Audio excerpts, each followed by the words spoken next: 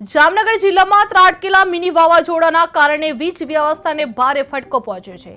જામનગર વર્તુળ હેઠળના જામનગર અને દેવભૂમિ દ્વારકા જિલ્લામાં કુલ 1320 ફીડરમાંથી 728 ફીડર નુકસાનગ્રસ્ત થયા હતા। પીજીવીસીએલની ટીમોએ દિવસ રાત મહેનત કરીને 398 ફીડરમાં વીજ પુરવઠો પુનઃસ્થાપિત કરવામાં આવ્યો હતો, જ્યારે બાકીના 320 ફીડરમાં હજુ પણ સર્વે અને સમારકામની કામગીરી ચાલુ છે।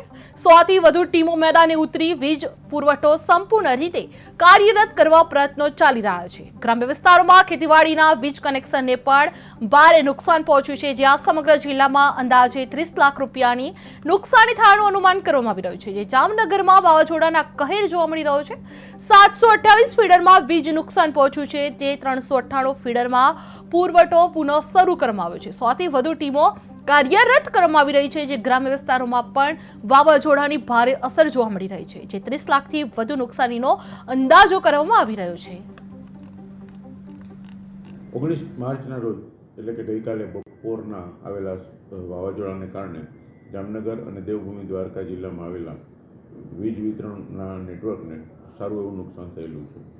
આની સામે જે કુલ 1320 ઇલેક્ટ્રિક ફીડરો છે જામનગર વર્તુળ કચેરી નીચે આવતા, એમાંથી 728 ફીડરો પ્રભાવિત થયેલા હતા। એમાંથી 398 ફીડરનું વીજ પુરવઠો ફરીથી પૂર્વવત કરી દેવામાં આવ્યો છે।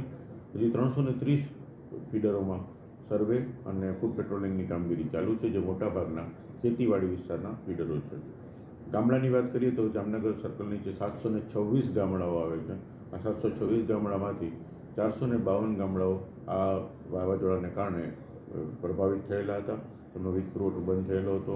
અને અત્યારની પરિસ્થિતિમાં જોઈએ તો 448 ગામડામાં વીજ પુરવઠો પૂર્વવત કરી દેવામાં આવ્યો છે।